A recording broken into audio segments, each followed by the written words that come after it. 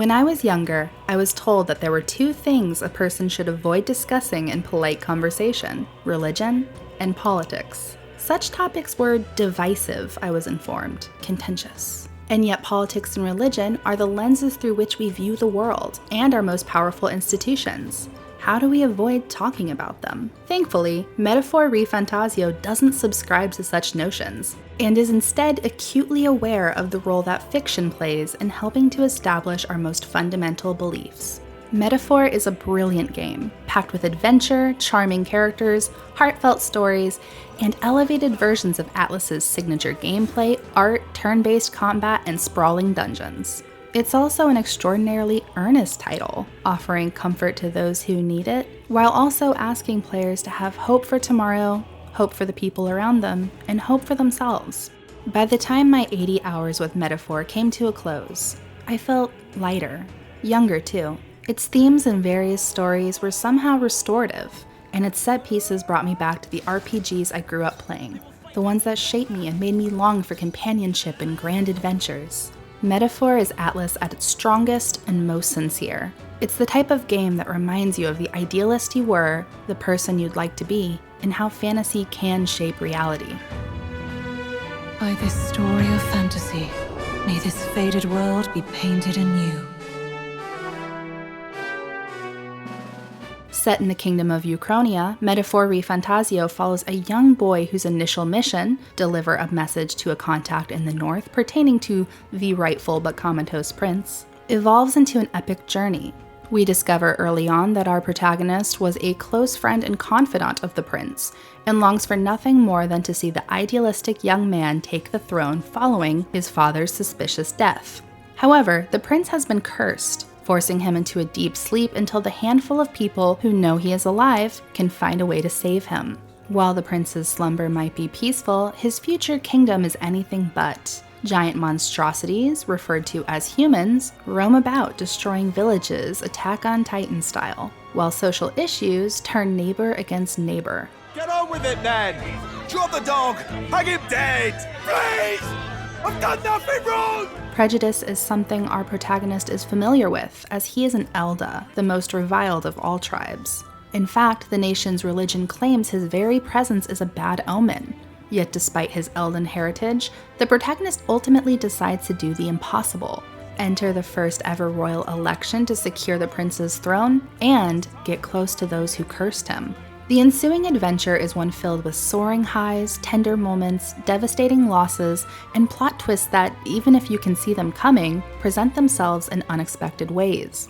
When I spoke to Atlus developers earlier this year, they mentioned that they were focused on creating a sense of journey in Metaphor. They more than accomplished this mission, as traversing the world in your hefty gauntlet runner, which acts both as your mode of transportation and your home away from home, feels akin to taking a road trip with your close friends.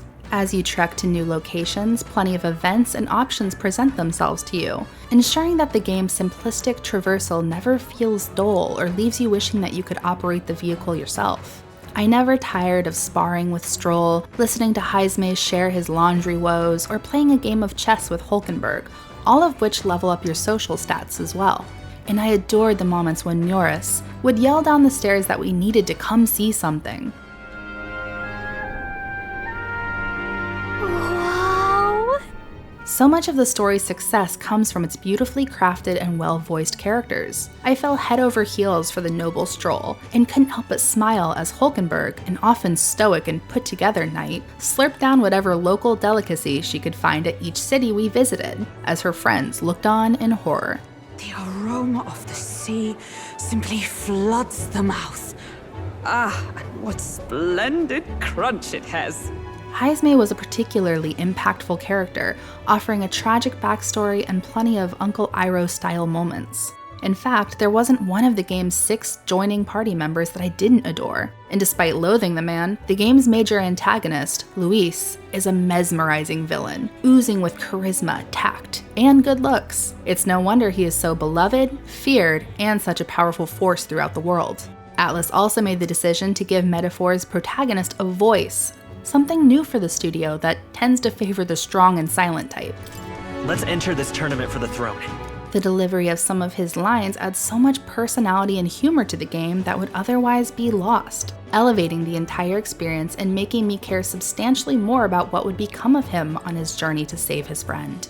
In fact, the only complaint I can level in the character department is I wish there was more voice acting, as some social links, to my dismay, aren't fully voiced. It's a shame when both the characters and actors are so charming.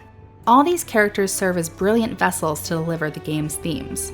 While not particularly novel, as fantasy and sci-fi have often acted as ways to discuss social issues somewhat removed from the context of our world, Metaphor ReFantazio impressed me by placing emphasis on long-term collective action and compassion, while also admitting that we will probably never know how to get things right. It handles its topics and politics with maturity and precision, respecting the player's intelligence and avoiding falling into one of the two dreaded camps. Everyone is right and respectable and the world is completely gray, and there's a clear right and wrong and you are the savior who dictates what is what. It doesn't shirk away from allowing real-world context to also seep into the game, creating a sort of meta-narrative that pops up in surprising ways, yet doesn't overstay its welcome or cheapen the experience. In this world, there is only one tribe. All people accept each other, and no soul is born into discrimination. Wow. So not even any fairies? I guess less differences means less to argue over. Your social links then serve as more intimate explorations of grief, prejudice, vengeance, and forgiveness. In many of these narratives, we watch as characters grapple with trying to live in a world they often wish they could burn to the ground. Atlus has never been one to shy away from dark topics, yet somehow Metaphor dives into more heart-wrenching territory than ever before, while also retaining this well-suited sense of whimsical idealism throughout all of it. This juxtaposition is perfectly reflected in the game's art and music, which pairs angelic choirs atop delicate orchestral pieces before transitioning into booming tracks that feature frantic chanting. Only one left! Finish them off and we're Fight clear! us power! Wind! For all the great strive fall! There is something about the game's sound that, while still feeling ethereal and adventurous, conveys this feeling of religious fervor and fanaticism, a reoccurring theme throughout the story. It's dynamic and beautiful, while also being peculiar and suffocating. Metaphor's art quickly separates itself from many of Atlus's titles by abandoning the studio's tendency to use a single color to convey the game's themes. Instead, it favors an expanded palette and the liberal use of texture. I'm particularly fond of the grain and floating particles throughout the world, which make the air feel thick and abundant in tension and magic. Metaphor's strategic use of these contrasting elements and themes keeps every moment interesting, while its fantastic story steadily propels things forward. In fact, Metaphor might be the former Persona team's most well-paced game to date. Though it uses several of the same systems as Persona, most notably its calendar, social links, and social stats, it all feels more intentional. Your skill-building activities, social links, and various side quests carry more weight and are grander in scale, eliminating that feeling that you are just engaging with filler to pass time or are simply going through the motions to level up a particular skill. Additionally, every mission's end date just felt like the right amount of time to do everything, if you use your time wisely. I was neither pressed for time nor trying to find ways to kill it. It helps that everything feels streamlined yet fully realized. Dungeons are interesting and intentionally laid out, with small puzzles making them more memorable than those found in the Persona series. And while there are fewer social links, the relationships feel even stronger and less like a reward for saying the right things, further encouraging you to build them up and reap both the wisdom and benefits that come with their camaraderie.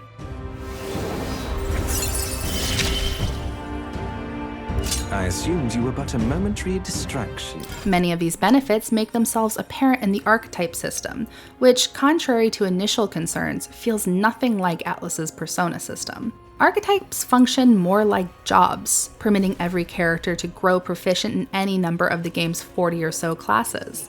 Social links are closely tied to this system, as it is your companions who unlock new archetypes and grant you the option to carry over already learned abilities to a new class. And I was blown away by how brilliant this system works within the context of the game. It draws attention to how, at its core, Metaphor is a fairy tale that relies on literary roles to convey meaning. Leave it to Atlus to do a remarkable job at incorporating literature and psychology in subtle yet powerful ways. Alright, how's that? We have the edge. Let us settle this. The game's combat might be the best version of turn-based battles Atlus has ever created, offering flexibility while also asking for greater strategy than ever before. Combat uses turn counters, which hover like stars on the screen's top left corner. Critical hits and taking advantage of an enemy's weak point only use half a star. This allows you to hit an enemy up to 8 times before it can turn its sights to you, if you play your cards right. This comes in clutch, as clearing an encounter before an enemy can land a blow grants a substantial unscathed battle bonus. If you're like me and become obsessed with ensuring you come out untouched, you can quickly restart the battle with the touch of a button, allowing you to try out different strategies and experiment until you find an enemy's weakness. Each party member can also pair up with another to unleash powerful synergy abilities, which change not based on who you have in your party, but what classes everyone is using. And being able to swap party members out for only half a turn counter means that you can play around with these combinations in battle with ease. These abilities generally use up 2 to 3 turn counters, but if you use them to hit a weakness, you have a way to deal massive damage while also keeping your turns. Enemies also operate using turn counters, but through experimentation you can find ways to use this to your advantage. Furthermore, Metaphor finds a remedy to several of the grievances many have against turn-based combat by allowing you to also hack and slash at enemies while roaming around a dungeon. As you level up, weaker enemies will start to emit a blue aura.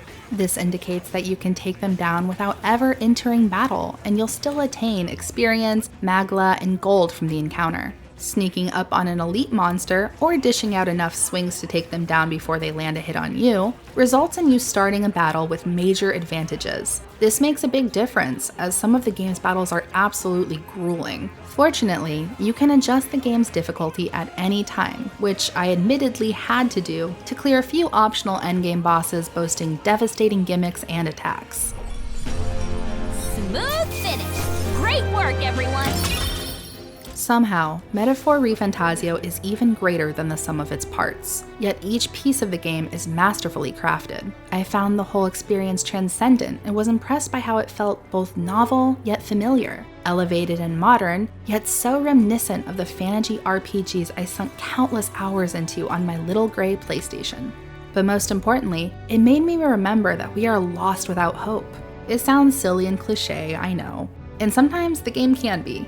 It also certainly doesn't put out all of the fires all over the world, but it does remind me that giving in to despair and fear serves no one, myself included. It reminded me that fantasy and fiction have power, that words and stories have power. They can inspire and comfort, and these are things that are vital to persevering. And it reminded me that the proof of good in the world can be us, and that's a good place to start.